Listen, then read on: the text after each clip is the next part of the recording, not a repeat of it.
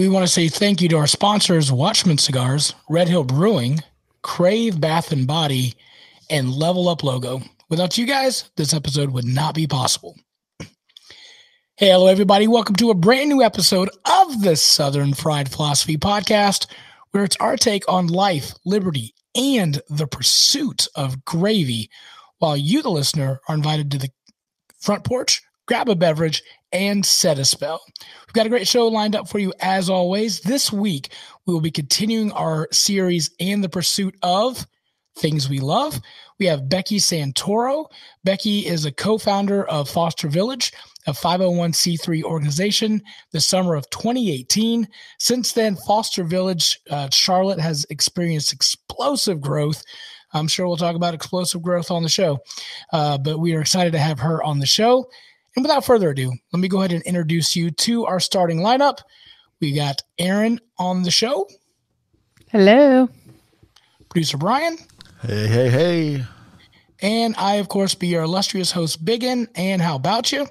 Ryan is off on assignment doing something that we have not asked him to do. So I don't know what he's doing. Producer Brian, where can people find us on those socials? Well, if you go to google.com and you search for Best Southern Podcast, and then hit the next button about 100 times, you might find us. But if you don't have the time and patience for that, go to sfpradio.com, where you can see all of the great things we're doing here, all the fun stuff. You can link to all of our social accounts, Facebook, Twitter, Instagram, Twitch, TikTok, whatever, you name it. Whatever the next thing that's going to happen, we'll be there too. You can always go to youtube.com/Southern Fried Philosophy to see any video content. We have a great video up there. But if you want to know how to make biscuits and gravy, we partnered with Jim Purvis, the bearded home cook, for that. That was a lot of fun. By the way, we're number 3. If you type in Best Southern Podcast, we're 3. Sir. We're number 3 on Google? 3. Wow. Wait, which way? I feel like a weatherman. Okay. Wait, I gotta go. Okay. All right. Wait. It's the other way. I didn't actually do the research on that. There we are. See the logo at the very bottom? I see it. Right there. Yeah. Podcast series. Yeah, we're 3. Wow. Southern Fried True Crime is number 1, and then Southern Mysteries Podcast. So we've got some work to do, ladies and gentlemen. I'm going to verify your results real quick, just because. All right. I think you might have doctored that real quick. I just did it. Well, we're going to announce our funniest voicemail winner, the winner of $20. You clearly, folks, don't move the needle for money, or the noodle. I don't know what I could do to make you guys get money, but we tried our very best. Anyway, our funniest voicemail has to go to default to Lee because he left 3. We only played 1. So I guess he gets $20. Y'all, seriously, what do I need to do to give you guys to? Well, sketch left the joke that you didn't get. I thought that was pretty funny, but Yeah. I mean, just for hard work, I think Lee should, because he did 3. He put the time and effort in, for sure. Yeah, he put in the work, the effort, which means just leaving a voicemail for $20. I mean, y'all, do you realize if there was a contest and I could do something for $20, what that would be? Like, I would take a picture of me, like, almost naked and post it online for $20. For $20? $20. All right. You heard it here first, guys. What would you guys do for $20? What's the maximum thing you would do for $20? Oh, I would eat at Burger King for $20. Would that cover your meal and the $20? No, you need to get. I'm not paying for it, and like someone else has to buy it and give me $20. Aaron, why the hate on Burger King? I kind of like Burger King. It's a mutual dislike, I promise you. Oh man.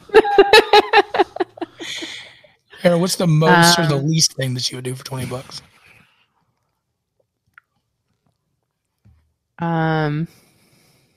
Maybe like eat something spicy. Okay. I don't know, because I don't really like spicy. I wouldn't do It would have to be like a lot of money for me to do something like crazy.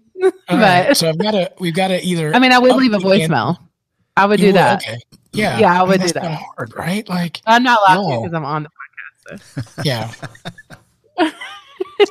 Y'all are missing out. I'm trying to give you free money. At this point, I think Lee's won like $200 just because he listens to the show. Because he listens, yeah. He's paying other people. He's telling other people not to do it so that he can get the $20. So this is the worst. He's like putting out the. He has producer Brian's like, this is the worst podcast ever. Don't listen to it because I'm going to take all the money. It's actually genius. Way to go, Lee. All right. Well, you'll get your other $20 coming up here soon.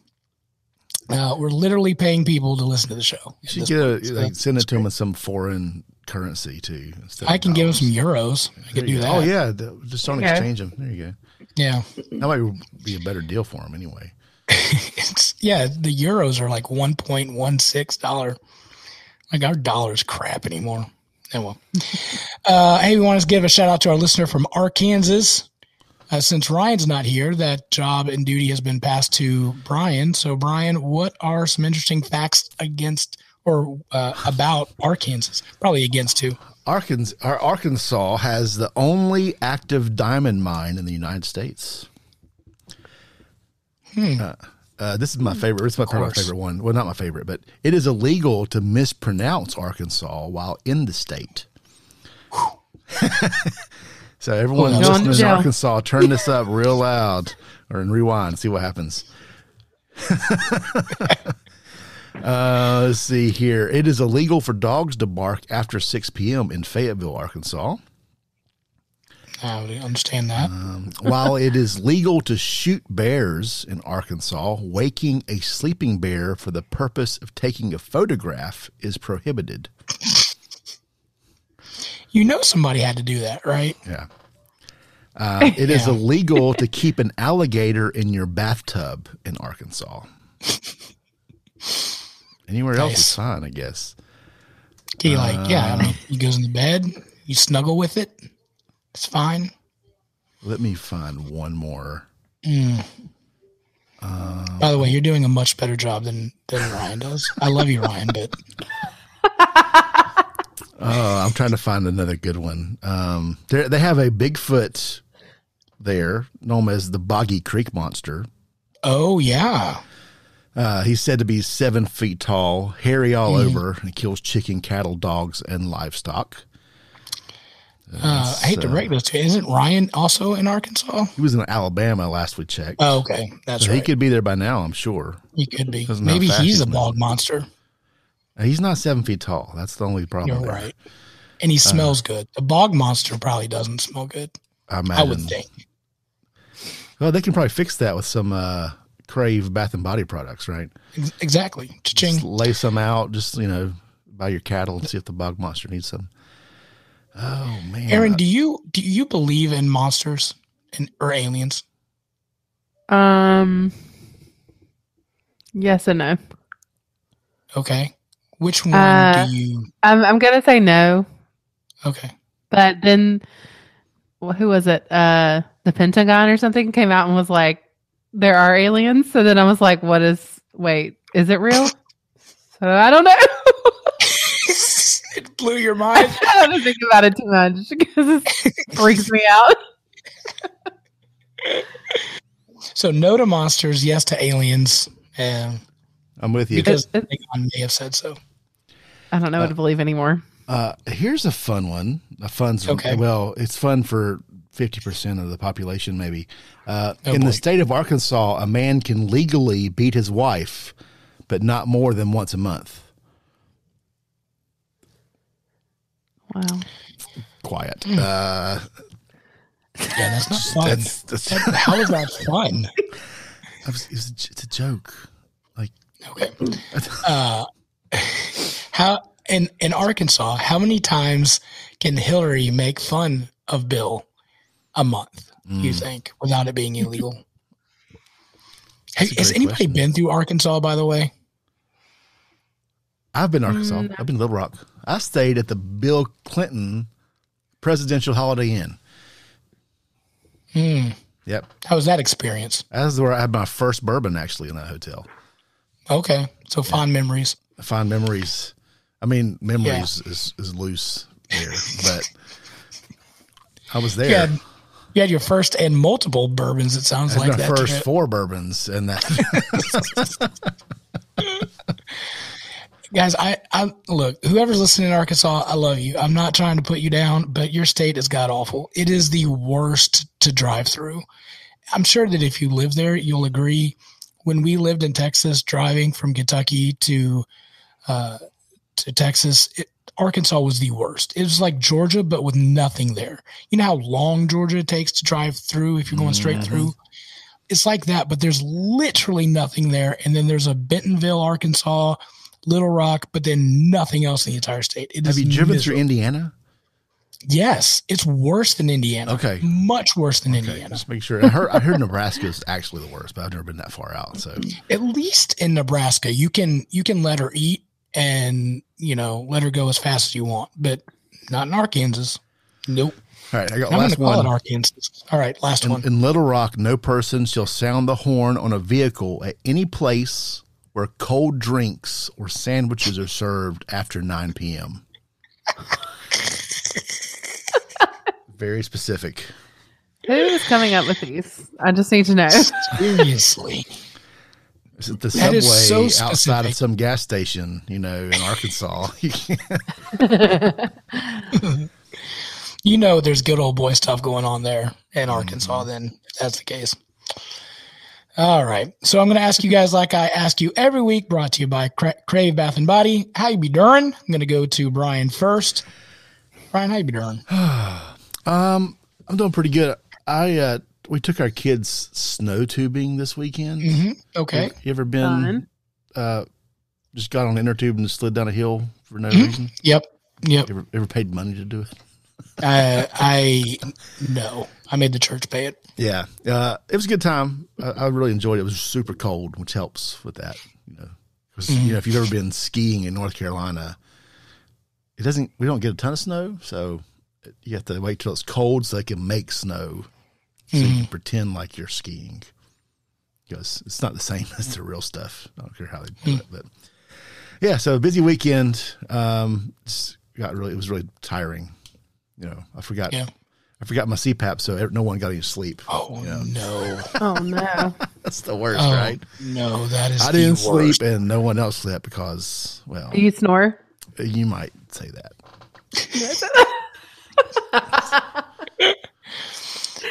Yeah. Yeah. So sometimes at night to get some sleep, I'll try to put my CPAP on my wife's face just to help stop see that. what happens. Yeah. Yeah, that doesn't work out well. If you're not used to that, it's kind of like trying to suffocate somebody, probably. Yeah, sure. Yeah, it takes a while to get used to, man. But Is it just like oxygen? It's just air that blows through. Yeah, pressurized. It's not like air. It's not like you're breathing through a scuba tank. It's just pressure. It's just that's how they explained it to me. Like you couldn't just jump in the bathtub with that on. You drown. So okay. Yeah. It's like, it's like the wobbly man at the front of the car dealership. It's just doing that inside your windpipe. Well, it's the wobbly man. That's actually pretty legit.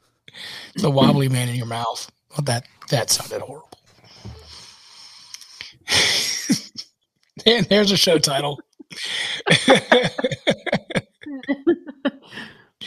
But it's like, do you snore, Aaron? Or like No, I don't actually. I'm going to text someone to verify that. Yeah, real quick. You can verify that. Okay, verify it because I've asked him because he snores so bad. Like Jack's, he is. Oh my god, it's so loud, and I get so mad. I'm like, can you not? And he told me one time that I sleep. I'm not kidding. I'm not making this up. Like, I'm not just saying it. He said that I sleep so peacefully. Like, I'm so quiet that he will wake up in the morning. He gets up like really early before me, and he'll be like, "Is she still breathing?" Like, that is how quiet I am. Wow. That's fantastic. I almost don't believe him, but he says it's true. So I don't know. So I've got an extra CPAP. We'll just give it to Jack, and then that'll make him stop snoring. Oh, yeah. We'll Honestly, that'd be great. Yeah. I hate it. Yeah. So, Aaron, how you been doing? I'm good. I had a good weekend. I had the whole weekend off from work. Ooh, it was great. Nice. I didn't. Jack was out of town last week a little bit, so he was gone for like 4 days, and he's never been gone that long. Wow. Oh no, he doesn't go out of town for work like ever. So he was gone for like 4 days, and it was crazy. And I was like, weird. And then I was like, I don't know if people do this. This is weird. But he got back Thursday, and then we had a good weekend. We just like hung out, and we didn't get to see each other on Valentine's Day, so we kind of went to dinner, and then just like, made up for that. So and, made up for that. At some hello time. That's what we say on the show. Just had some hello time. Well done, Jack. No comment. Yeah, sure. I got you. Biggun, how you been doing? I'm oh God bless a bear. Well, here's the thing. If you're listening to the show, in 24 hours, I'm going to be on a plane going to Italy. If you're, so you're going to release this. We're pre-recording this. I'm going to let that pre-recording. Out of the bag 24 there. hours now of the recording, I'll be on a plane. Yeah. When you hear this episode, I'll be 24 hours getting ready to get on a plane from Italy. And 24 hours ago, I did not know if at all we were going to Italy. I had massive, what did we say earlier? The Foster Village had explosive growth. I had explosive growth coming up the downstairs and a little bit of the upstairs. Oh.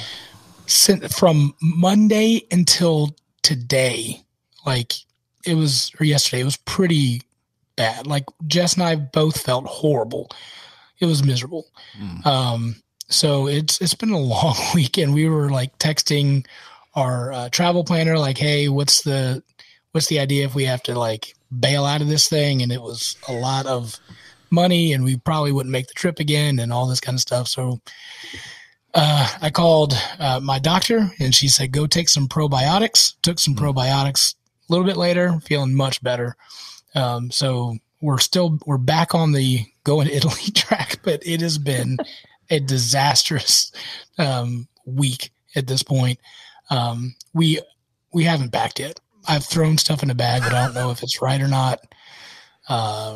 We get on a flight at 5. We have to leave here at 2:45, so we may or may not have stuff. PM? Oh, PM. Yeah, okay. PM. That's important. So in my head, I'm branding this as Biggun's European Vacation, kind of like National Lampoon style. Like with the big yellow letters. Yeah. So I can't wait to hear. It's mainly going to be... everybody's like, take pictures. Oh, fine, I'll take pictures. But it's mainly, I feel like, going to be in the back of, like, it's going to be the door of the bathroom, really, is all you're going to see. Oh. So we should see. We'll see. Because we'll see. I'm just so here. Optimistic. I'm petrified of this 10-hour flight. Like, I'm so scared of being on this plane. It's going to be miserable. And I have no bidet, so there's no bidet on the plane. So. Oh, you got that half-ply toilet paper on there, though. Oh, that'll work out well. Yeah, let me tell you that. Jeez Louise. So, anyway, next week we have Jim Purvis. So he is the bearded home cook. He will be taking my stead, so he will be on the show. You guys can talk food, all that fun stuff. So that'll be good. Let me ask you guys this question. Was there any backlash from your spouses from last week's episode? Was there any argumentative things afterwards? No.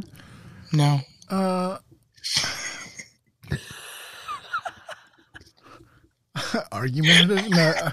We still disagreed on a couple of points from the newlywed game.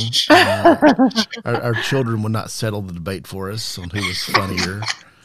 That's funny. Things like that. That's great. Cool. It was fun. Yeah, it wasn't quiet for 3 days or anything. So okay, well, that's good. Oh, just wait till the questions ramp up next year. You'll love them. All right. Mm-hmm. Our Southern phrase of the week is "She's got gumption." Gumption is spirit, courage, spunk, boldness, or initiative. If someone tells you that you've got gumption, you should thank them and then walk a little taller because you've received a lovely Southern compliment. Southerners adopted this phrase wholeheartedly from its early usage in the 1700s, England and Scotland, where it meant common sense. In the 1900s, the word evolved, taking on a Southern spin, as well as a new meaning such as courage and get up and go. So I thought that was interesting. Gumption. I've heard that word. Meant common sense originally. So, that is, I never would have thought of that as, I guess because I grew up here. So courage or courage or what's another word for that? Motivation, I guess. Yeah. Have you heard Erin Gumption? She's got gumption. Yes, I have. Well, there you go. I didn't think it was a Southern word, but I guess that makes sense. Or like that. Yeah, I kind of thought what Brian thought. I thought like strong-headed or something like that. Well, there you go. Producer Brian, you've got a story about a chicken sandwich. I always have a story about a chicken sandwich. I had a chicken sandwich this weekend, by the way, also. From where? Completely unrelated. It was a Hardee's chicken sandwich. It was the hot honey chicken sandwich. Thoughts? It was not bad. I like honey on chicken, so I did not get the waffle thing because. Yeah, I was going to ask about the waffle thing. I decided. I think you told me it wasn't good. Yeah. And I even asked when I was at the register, I was like, which one do I want? And she said, one's messier. I was like, let me just get the regular sandwich. I knew I'd like the regular sandwich, but I thought it was fine. It's better than, I'd put it right in the middle, thinking about our bracket from last year. Firmly right in the middle. It's not as good as Zaxby's or Bojangles or KFC, but it might be right there after that. So anyway, Aaron, what do you put on? Go ahead. I was going to ask Aaron, what do you put on your chicken sandwich? Because you just had one, right? From usually the old CFA. Yeah, I just had one from Chick-Fil-A. So I do the grilled chicken club, and it has bacon and tomato, pickle, lettuce. Definitely got to have some like mustard or mayonnaise on there. So you don't get like a all sauce the things. packet. You don't get like Chick-fil-A sauce for it, or I do sometimes. It depends. Polynesian would be really good on that one. I'm just saying. I haven't tried the Polynesian. That's not my favorite sauce from there, but it comes with like a honey sauce. It is good. Yeah. All right, Producer Brian, go ahead. Anyway, speaking of chicken sandwiches, so we just talked about Valentine's Day. I kind of missed the boat on this, but for Valentine's this year, KFC came up with the perfect gift. Okay. So they basically they partnered with a company called Pillow Pets and created a oversized chicken sandwich pillow. It's a 3-foot wide stuffed chicken sandwich. And it looks like one of their crispy, like those giant breaded chicken breast fillets. Okay. The pictures, they make the guy in the picture look like the Hamburglar. Remember the Hamburglar from the old McDonald's commercials? It's basically a chicken sandwich with a head, is what the guy. It says it looks so lifelike that when you squeeze it, you expect to smell the 11 herbs and spices. It was $100, and they only had $100. Yeah, for a giant pillow. Would you snuggle with a giant chicken sandwich pillow? I think that's the question here, right? Maybe for $20.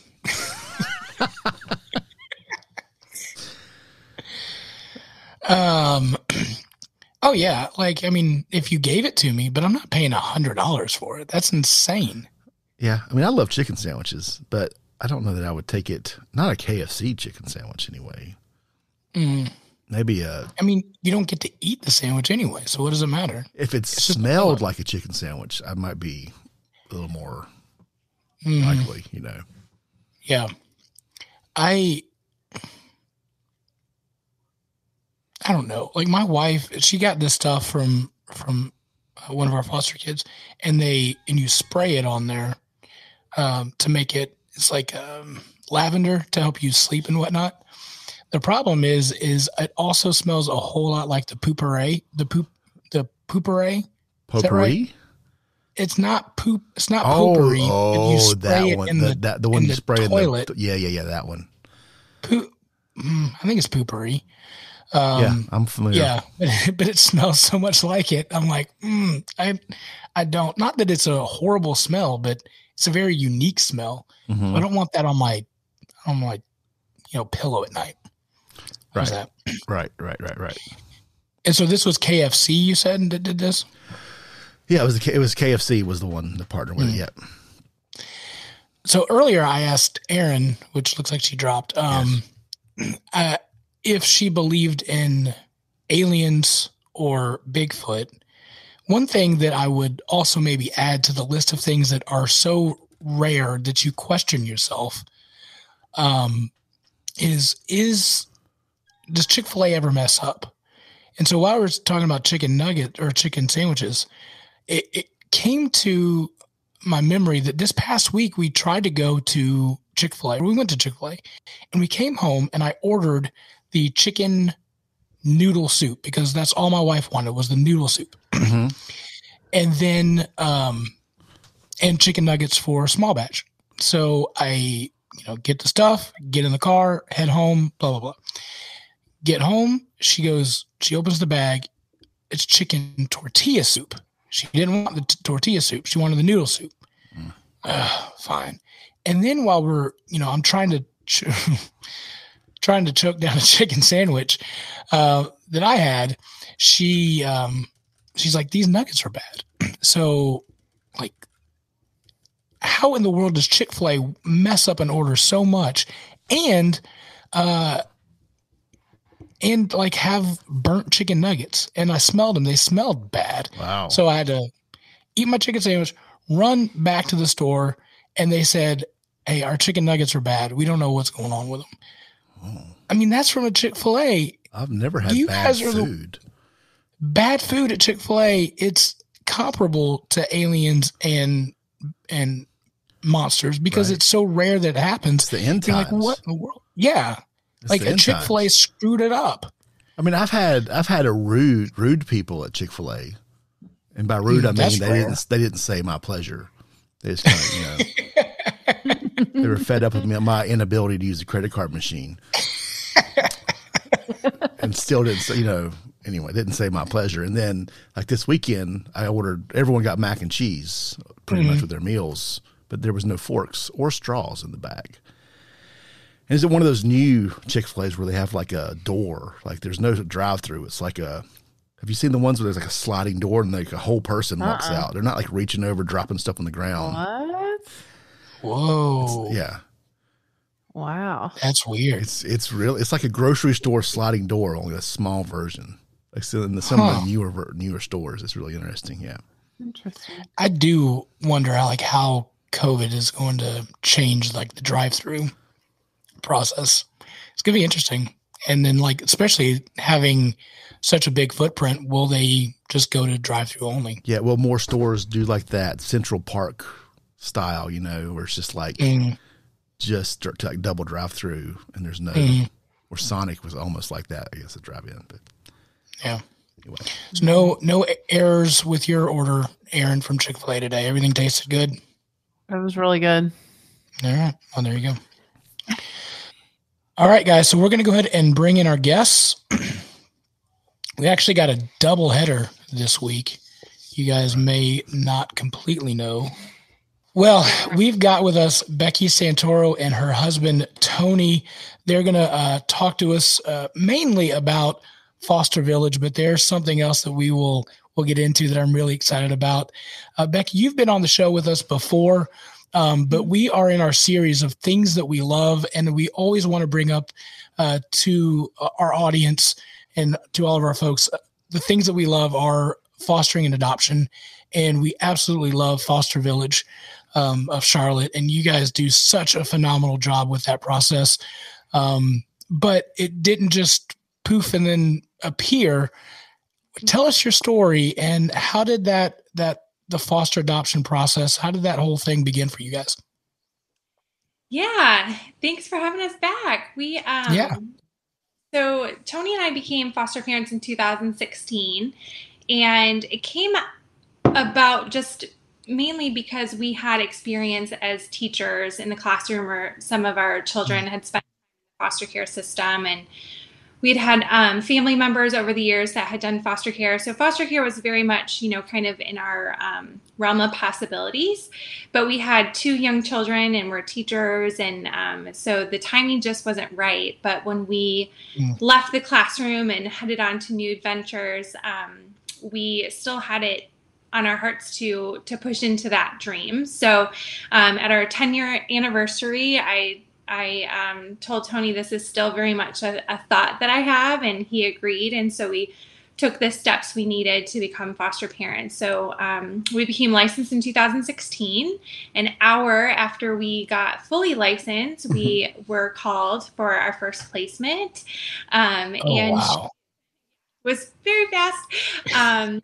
And I just remember running through Target and trying to remember what a 1-year-old girl needs. And we had a 2-year-old, we had a 3-year-old and a 2-year-old at the time, or a 4-year-old and 2-year-old, both girls. And, but it was just so, even though we had just did that, it felt like we had no idea what she needed, what she was coming with. And we needed to go get her now. So we're trying to process this story and let our girls know what was happening, and running through Target, trying to figure out what diaper on us while we go and pick her up. So that was our journey into foster care. And long story short, she is now our forever daughter. And we welcomed her brother into our home in 2019, and he is our forever son. So now we have 10 kids, 10, 8, 6, and 4. 4 kids. No. Right. Yeah. I was like, whoa, wait a minute. Something jumped. Feel like 10.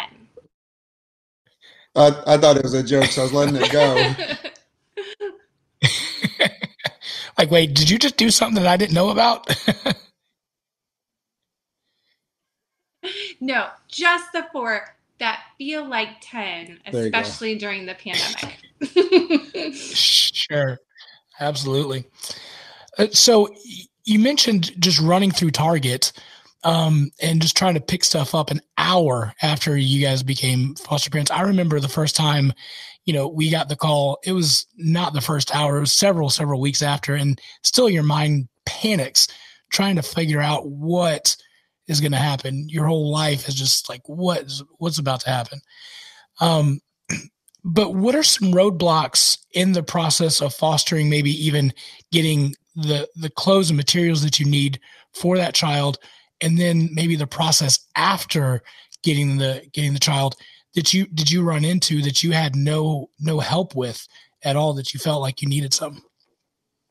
Yeah, I think really early on we were extremely overwhelmed by everything that was and we did have a supportive family and friend community, and I think we thought that was going to, sustain us and be our village. And so the roadblock was really internal, that we realized we don't know anyone else that's fostering. And this is really difficult for people that haven't experienced this type of life. And so it was hard to relate to people. And it was also difficult for well-intended family and friends that were asking us questions that were actually really emotionally draining at the time. And so we have a fostering community. So that was really the biggest roadblock that we had. And of course, there were other things that came along with it that were challenges, like, shared parenting and learning about the court system and how to navigate, advocating for her needs. But really, it was just lack of a sounding board and really knowing, can I say this to my social worker? Am I going to somehow offend someone if I ask this question that we have? And so those were really early on some red flags, and honestly, the potential of the start of Foster Village, where it was those roadblocks saying, we actually need people that have done this before or are doing this with us so that we can kind of support them. Yeah, that's perfect. Because I know it's been such a help and support to have that community as well to go to, and people that you meet in that community and like, hey, how do I do this, or what's going on with that? And so, yeah, definitely understand that. So through the process and journey, what was the tipping point that you said, enough's enough, we're not getting enough support, I'm going to do my own thing and make this thing happen? Yeah, I think so like anything, we took to social media and Facebook. We wrote Charlotte and foster care in it, and up popped this little community. And what we didn't know was that was one of the other co-founders of Foster Village Charlotte that was also looking for and also needing support, and a single mom with 2 kids. And then another co-founder popped in and found us, who had 5 girls under the age of 5. And so really the tipping point was finding just a few people and noticing that we weren't alone, but that everyone was asking the same questions and needing that support. And so it was like, I kind of thought it was our problem, it was like, oh, we don't know how to activate our community more, or maybe this is just how it is in foster care when you choose to foster, that you feel different from people, or you feel isolated in a way. But then meeting just a few people just really was that aha moment of, oh, there's something here to this community factor that is missing in our community. And so that was really the tipping point, was meeting other people. And we just started really organically going to the library or the park and posting foster care in Charlotte and seeing who could find us. And it started with just a few families, and then started to grow and grow and grow from there. And then we started kind of researching the network and asking our social worker and our agency, just, is there something like this in Charlotte where people can come together? Is there a list of foster parents in our community that we can pull from, and we can, invite them into these groups? And everyone was saying the same thing. No, you can't have a list. We're all licensed through different agencies, and no one talks to each other. And just saying, like, we could do that better. Like, we should be able to do that better. So those were some of the tipping points. But then I think I'll always go back to a neighbor that we didn't know well, but had lived down the road from us. And there was a little boy that always came and played in our yard after school. And he was just a sweet kid in the late elementary, early middle school ages, and swinging on our tree and stuff. And one day he said, I'm not going to be here anymore. And I was like, oh, y'all moving? What's going on? And he was like, no, I'm a foster kid, and I'm getting adopted. I'm moving to Raleigh. And I just was like, this whole time there was a foster parent on my street while we're over here struggling, trying to figure out how to do the ins and outs of the system. And because we were licensed through different agencies, there really wasn't an opportunity to even know we both were doing this. And we don't have, we don't wear a shirt that says I'm a foster parent. Right? We're kind of trying not to tell people in the community that we're foster parents, because we don't want to single the kids out. We don't want to single ourselves out. And so really, we've hidden this problem in our community for so long. And so all of those things combined was kind of the tipping point of, there's something needed here in Charlotte. While I would love for someone else to make it, because we're still very much in the trenches of foster care and with little children and a business and all the things, I think it has to be us, because if it's not, I don't know what this will look like in a couple of years. Yeah. And so we researched some communities that were doing it well and stumbled upon Austin, Texas, Foster Village Austin. And I just booked a plane ticket one day and got real bold and said, she could just say no, but I'm going to ask her if she'll meet with me. And my fallback was that my sister lived in Austin, so I could see her. And there you go. Just sat down and said, can I ask you what made you start it? Much like your questions, what was your tipping point, or what were your roadblocks? And she was like, you're me a couple years ago. And so let's just start talking, and I don't want to do more sites, but I'm intrigued by this idea of other foster parents doing it in their community. And so probably 6 months after that is when we got the blessing from her to kind of launch and try it, and have been doing it ever since. Wow. And some people may not understand the agency part that you were going through. So can you maybe explain that a little bit? Yeah. So different states do it differently, but in North Carolina, we have the option to be licensed straight with your county or with private agencies that potentially could be open to serving lots of different counties. And there's pros and cons to that. And I think everybody needs to make the decision that's best for their family. But in doing so, private agencies can pull from whatever counties they have that contract with. So a Mecklenburg County family could have a kid from Gaston County, or could have a kid from Wake County. Or you can get licensed straight through the county, and then you'll only have Met County kids that come into care. And so it really just depends on the needs of the children, the size of the agency, and what the needs are at the time. But what counties like to do is see if anyone in their county that's licensed with them can take in a child. And then when all of their options are depleted, they go to their private agency partners and ask who can take in these kids or this child. And so, it gives our city more choices for sure, but then it also creates this system of unintentional or intentional competition of who sends where and how many kids are placed with this agency versus this agency. And then it makes that competition against foster parents too, of which agencies are doing right by their foster parents in whatever terms those are. So in our area, there's around 16 different agencies that can license families here, and then our county. And just no one was talking to each other. It was just not a system that would have anybody, getting to know each other. One of the things I do love, there's multiple things, but one of the things is you guys don't have to worry about the red tape. You can travel in and out of different agencies or different, organizations and not be tied in or looped to just one particular one. So after you met the person in Austin, you guys launched Foster Village. How has it changed from when you first started to where you guys are at now? So much. So we launched the summer of 2018, very grassroots, very volunteer based, and really just, that community driven sort of way, which we continue to do.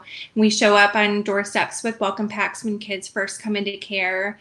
But pretty early on, and we're a dot connector. We like to be the resource hub of sorts of we'll do the research for you so you don't have to, and we'll connect the dots. We don't want to recreate anything. But I think something that has changed for us over the years from when we started is first the ongoing emotional support and educational support that we provide foster parents. Now we have someone on our team that's an LCSW, so it just helps us to be a little bit more cognitive of, the supports that we give our foster families, where they can, schedule a one-on-one with her or have support groups or have trainings. And then we have our resource center, which is really our hub, where prior to the pandemic, we were using that for our support groups. And now we still have our welcome packs there and serves as our volunteer hub. But we use it for a more dignified option for our visitations in our community. So, so much has changed. I mean, I'm so grateful that the of Charlotte looks different now. But we're definitely more centered on education and emotional support than we were when we first started, when we were first trying to find each other and build that community. Yeah, and that's so huge to have that. We've attended some of the classes you guys have done, and they're very beneficial and helpful, and so they're great. And to have that support is unmatched. So thank you guys so much for that. What are some stories that have changed your life, or what are some of the stories that have just really impacted you? And Tony, if you could answer maybe one story as well that has touched you so much. Yeah, I'll go first. So when the pandemic hit, everyone was struggling. We kind of had that unique opportunity for that first 2 weeks or so where humanity all came together and loved each other well. Sure. But we all experienced isolation, and it was like, okay, now you can the people on the outside of foster care can maybe understand what some of us have maybe felt inside of it. But I think what strikes me is, what if Foster Village hadn't been there during the pandemic, and what would for our foster parents to have navigated that?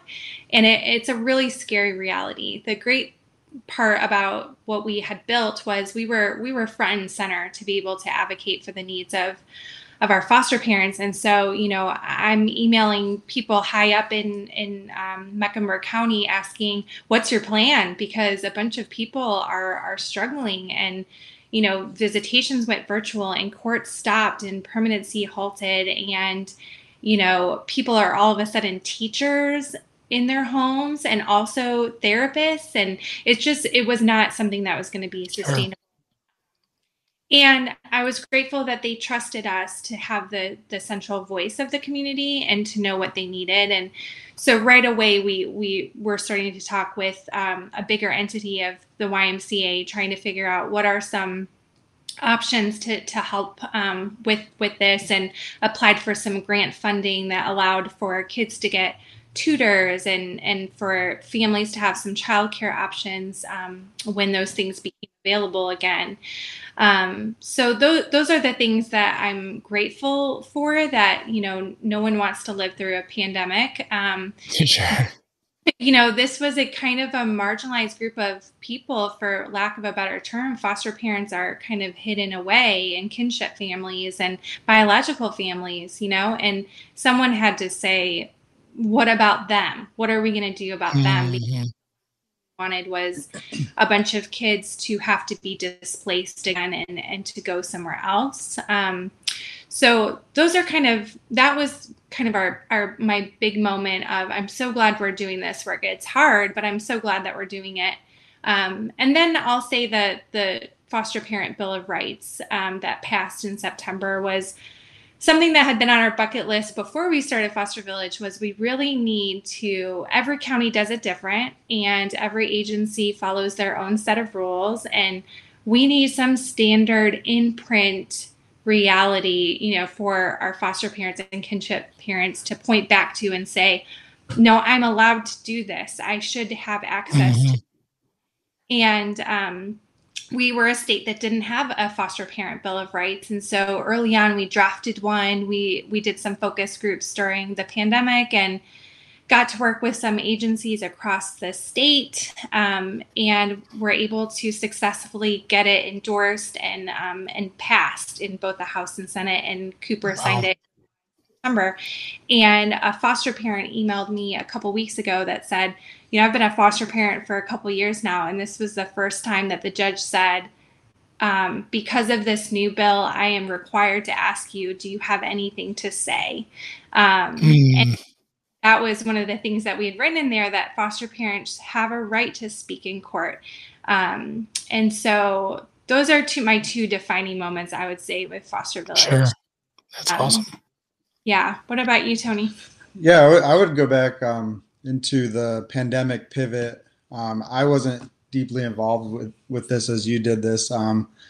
But, the schooling went all virtual in, I think it was August of 2020. Am I right? Mm-hmm. And so people were scrambling, trying to figure out what to do with my kid, where people were signing odds all over. And local entity, the Y and DSS and Foster Village and another local nonprofit. They had a really creative solution to give the foster parents first choice, right, to get their kids into the YMCA pods around town. Mm-hmm. So I don't know all the numbers. Obviously, Becky and all the team were a part of that, but that was cool to see that solution happen because of this network of organizations working together. And hundreds of families, right? Mm-hmm. Hundreds of families got to take part in that. And that's great. That was cool for me to see from the outside. But experience wise, I personally really enjoy when we all get together. So I look back fondly of our Charlotte Knights game. This was pre-pandemic, but I believe Charlotte Knights donated the tickets, but maybe 100 tickets, and Foster Village coordinated however many families to show up, and we all met in Romere Bearden Park. And here we were, probably 15 to 20 families hanging out, kids running all over the place with each other.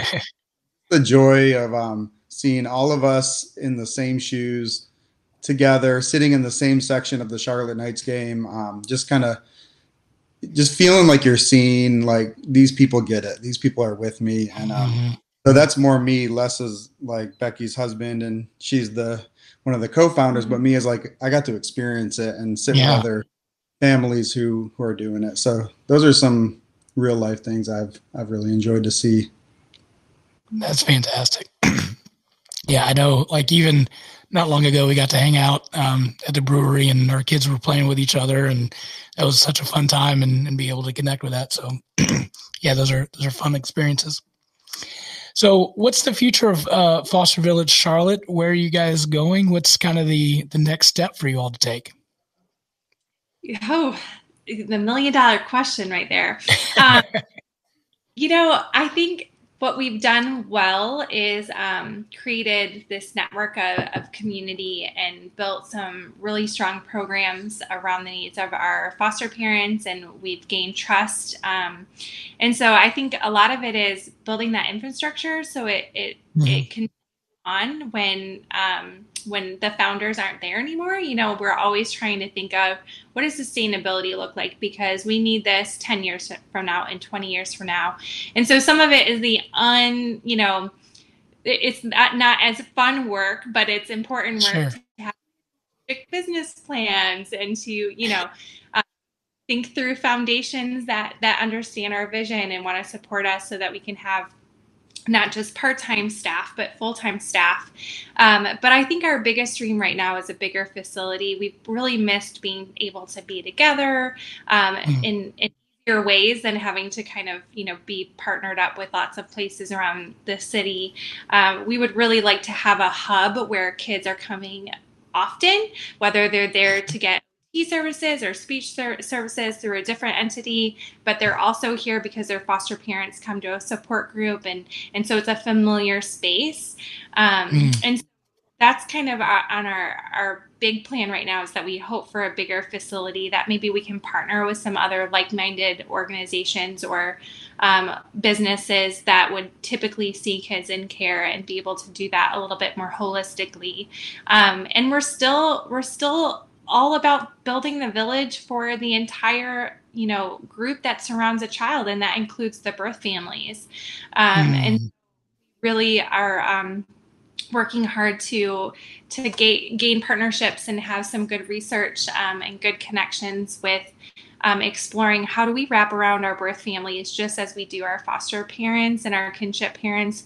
What do they need, and how can we do a more trauma-informed and holistic transition back to the home? Because, when kids leave, they may not come back to their parents, this well that I do, for 2 years, for 3 years. They're very different children. And oftentimes foster parents and birth parents are unlikely relationships that don't get cultivated without some really strong intention. And I think what's sad and missing about that is that kids end up losing some of their support system to go back to their home of origin, which they should go to if they can. But what would it look like if birth families and foster parents worked in tandem together, learned some similar skill sets as they were kind of transitioning back to the home? And what if the facility had the ability to do that cultivation well. So that's the work. If we can put our stamp down there of really being a village for all, then I think job well done. So we're still very much on that road of research and vision casting right now. That's awesome. I'm looking forward to seeing how we can partner with the birth parents and kinship parents. That's huge. Do you guys have any questions? I know it's been me show, but Aaron, Brian, any questions you guys want to pipe in with? I guess I know you were talking about how there's the agencies and then your county people you can go through. Where do you, if someone's considering fostering or thinking about it, or where would you say to start? What's the best? That's a great question. Some agencies that hold orientation, so you can kind of go and get a little taste for how they do things. But I think, coming to our website, you can click on our frequently asked questions, and we have a document there of kind of what are some big questions that people have about foster care and how can we help you. And just like JT said earlier, we don't have the red tape and we don't have any allegiance to one or the other, but we are watching. And so there are a couple of agencies that we would probably, say better than others right now of who we think is really caring for their foster parents well. So, get to know our community a little bit and asking those questions. Sometimes those things surface, but everyone's different. Everyone's family is different, but for sure going to our website, fostervillagecharlotte.org. And we often hold foster parent 101 classes and just some, panels with seasoned foster parents, because I think that's the biggest thing is that it can feel very overwhelming to know where to start. I know it was for us. And so we want to make sure that people understand these are regular people. I mean, we're regular and there's nothing special about us. And so we did it, and there are other people that do it. And so just being able to kind of see it lived out, you're like, oh, okay. I can kind of see how I could maybe show up that way. So that would be my first thing. And then volunteering. Being able to deliver welcome packs and coming to events, again, kind of helps you know, do I want to do this or no?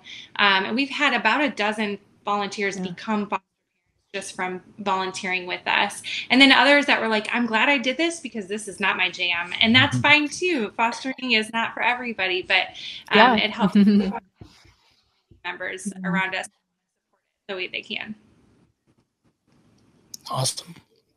Yeah. If you wanted to volunteer, would you just go to your website and contact you guys? Yeah. Oh, sorry. I don't know. Yeah. I was going to say, I think it's important to know, you can volunteer and you don't have to be a foster parent. There's numerous ways that you can get involved in fostering and adoption without having to foster and adopt. For sure. Yeah, for sure. Brian, you look pensive. You okay? I'm just looking at all the screens in front of me. So I'm looking at your website right now, and you have a lot of cool links there. There's an Amazon wish list. I see that. Can you tell me about what kind of stuff you put on there? Yeah, for sure. So our welcome packs are a week's worth of items for kids coming into care, and we are very strict that we only give kids new items. And we get that question a lot. I've got a lot of all my kids do hand-me-downs. We do gently used clothes around here for sure. But when a kid comes into foster care, that's a really hard time for them. And so we want to send a message that we care, that we're providing dignity, that you matter, that this is only yours. And some of my favorite stories are kids that take that welcome pack to back home and they read the same story over and over again, even though a foster family might have a bajillion, books in their home, but they know that was the book that they had that was for them. And so each welcome pack is about $250 worth of items, sometimes more, and all new with tags. And so we really do need the community support for that. So we have monthly donors, and we're able to be real thrifty to, when it's winter, we shop for summer, and when it's summer, we shop for winter. But nonetheless, there's always gaps in this system. And so we have an ongoing Amazon wish list that has really everything that we need right now. And anybody at any point with whatever price point they can, whether it's, $10 that gets a pack of underwear or $250 that gets a new car seat. We keep that up to date almost weekly of the things that we need, and it just ships directly to us. So it's an easy way to support us for sure. That's cool. What are any other ways that we can support you guys? That's the $1 million question. How can we get you $1 million? Yeah. I mean, it's always, it's always about building awareness. And 4 years ago, foster care was this hidden thing that no one talked about. And so anytime someone new can hear about foster care and someone new can be, a partner in whatever way matches what they can provide is a blessing. So whether it's sharing our posts on social media and getting us in front of your network that maybe we wouldn't know, or joining as a monthly donor and supporting the programs that we do with consistency, or being a volunteer, or shopping our Amazon wish list, or making a meal and putting it in our freezer. There's just so many different ways to support us. So I would say following us on social media and subscribing to our newsletter is the easiest way to kind of see our ongoing needs. But for sure, just engaging with us and sharing about foster care. Us being able to share now is a huge way that helps support us. So we can make meals and deliver them to you guys?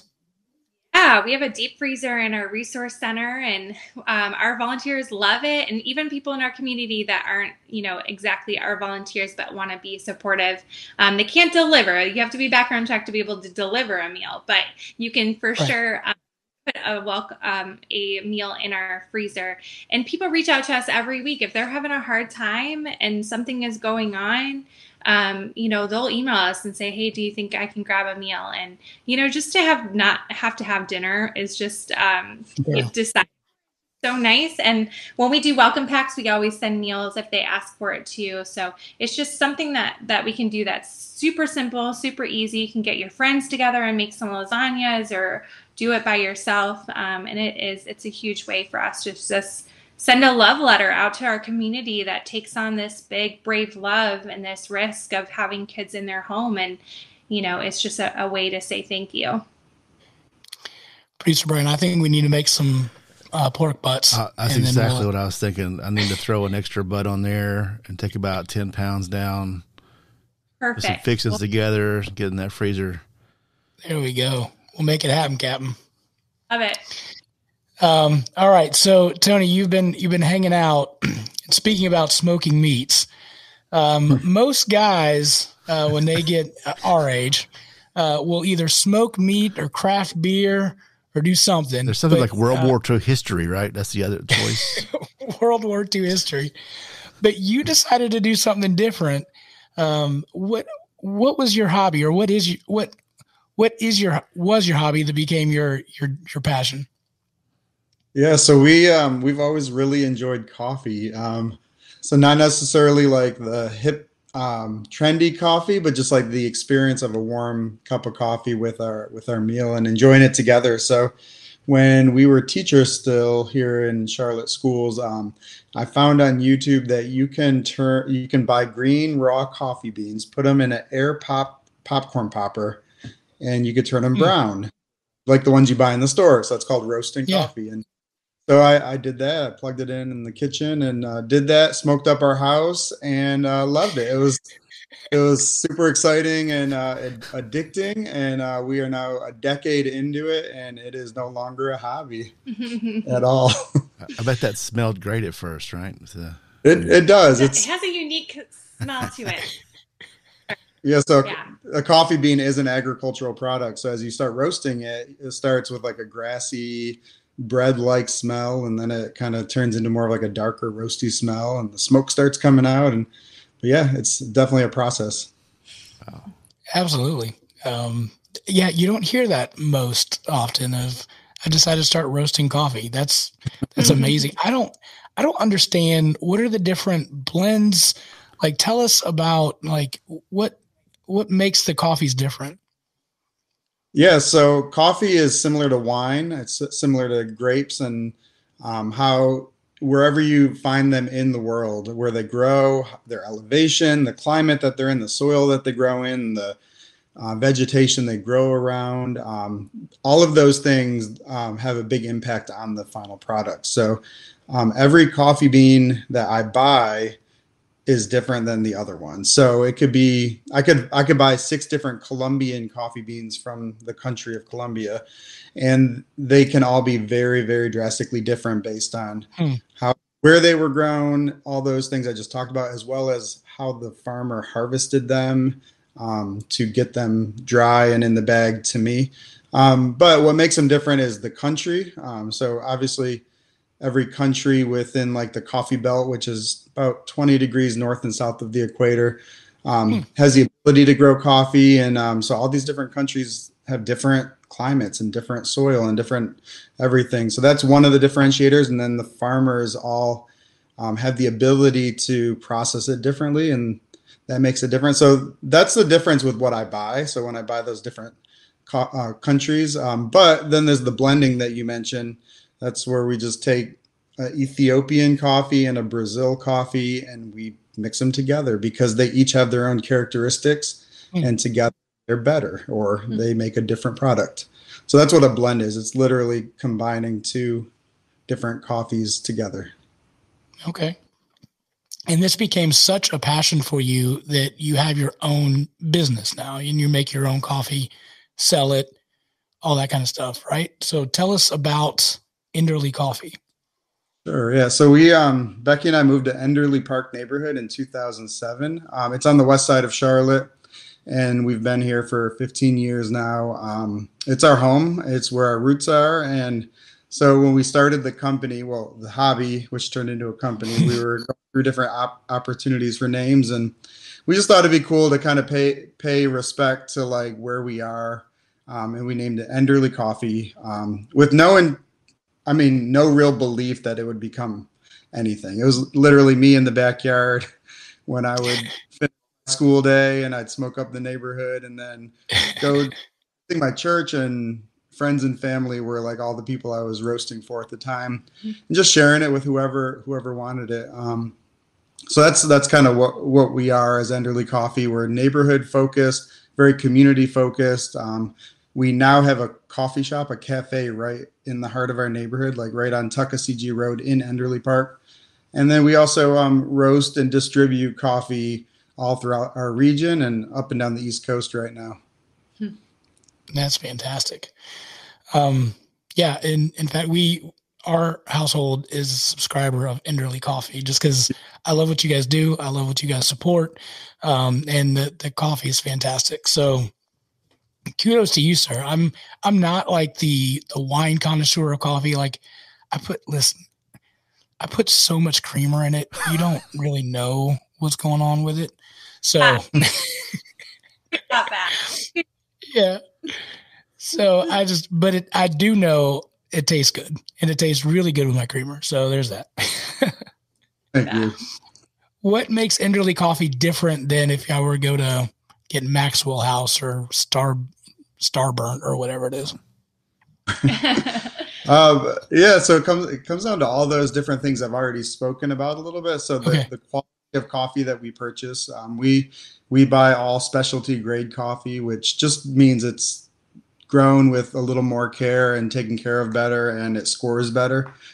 So that's one thing that differentiates us. But the roasting process, it is a science and an art in and of itself, similar to smoking butts, I'm sure. Not anyone can do it, and everyone who does it just different. And so when I roast my coffee, it's how long do I roast it? How aggressively do I add the heat and the airflow at the beginning? What temperature do I drop it out at? What color do I want it? And how does the color affect the flavor as well? So all those things are kind of the artistic expression that I put on the coffee bean when I roast it. And then you taste it. And if it was a positive result, then you can do that again. And you just keep improving, keep adding to your craft. I hear phrases like shade grown and fair trade and low acidic and that kind of stuff. Is that kind of where you guys are getting your beans from? Somewhat. We don't put a ton of emphasis on all of the labels because there's 100 of them out. Sure. And some of those organizations, if you go back and read a little research on them, they actually have done as much harm as good with the attempts of trying to do something really good. So it's not the end all be all. Sure. So what we try to do is find providers who we really trust and are very transparent, very ethical in how they source their coffee. And so we buy a couple of them directly from the farmers that we've met over the years. And that's really cool. We call it direct relationship instead of direct trade because direct trade is an actual organization.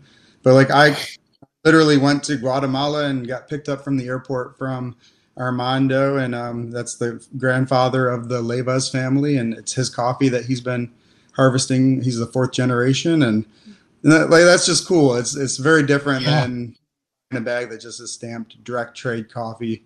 And I know that the money I'm paying his son, who is the importer here in America, it goes to their family and takes care of their community. So then the bigger importers I do buy from, they also are very, very ethical and transparent. So I can reach out for a connection back at the farm, and I can actually communicate with the people that I would like to communicate with if I desire. That's really cool. So where can people get the coffee at? And one of the things I will mention too is you can buy some of the coffee there, and part of the donations for a specific kind go to Foster Village Charlotte, right? Yeah, so we have one blend. It's the Foster Village blend. It's on our website, enderlycoffee.com. And if you go to the Buy Beans tab, it's at the top of the page for that specific reason. I want to make sure everyone sees it.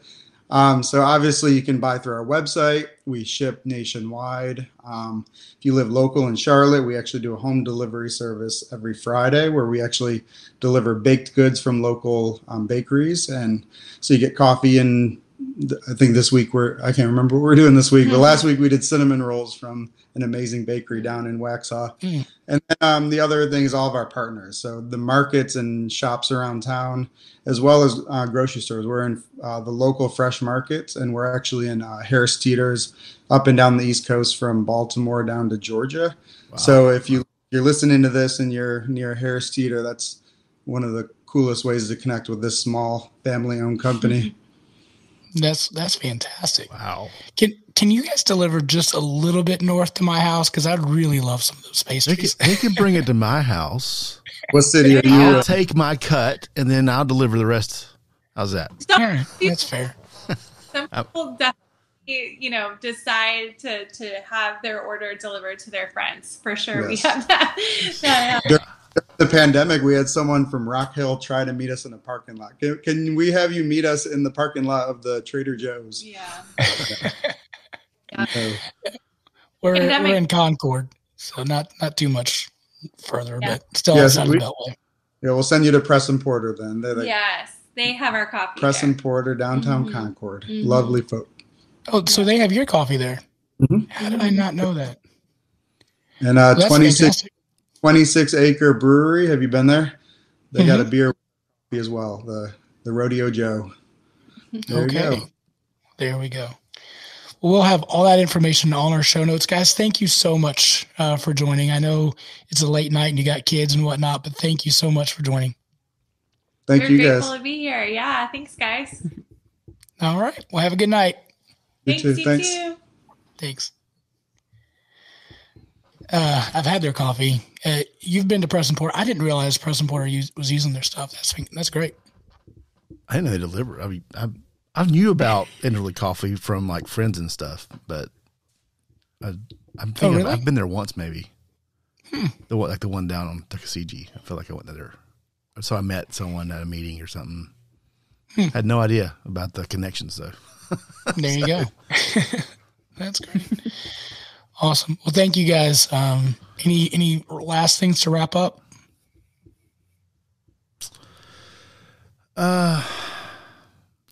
Can we get, I should have brought this up while they were on the call, but can we get a SFP bag of coffee? Like get a blend that goes really well with biscuits and gravy.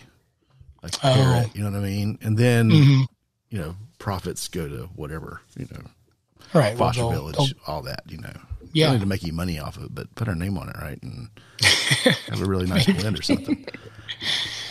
We tried that with that free lunch coffee one time. That didn't work out too well. I like our chair. This feels a little better. I can drive there right now. Yeah, absolutely. Yeah. We need our listeners to get more listeners, and maybe we can make it happen. Yeah. All right, guys. Well, thank you so much for tuning in to another episode of the Southern Fried Philosophy Podcast. Next week, Jim Purvis will be on deck, and he will tell us about how to making something. I don't know, something but it's going to be delicious. It's going to be good. You'll be hungry at the end of it. I can tell you that much. I have no doubt about that. So I'll see you guys in a couple of weeks. I'll miss you all, but thank you guys again for tuning in. And as always, keep looking up.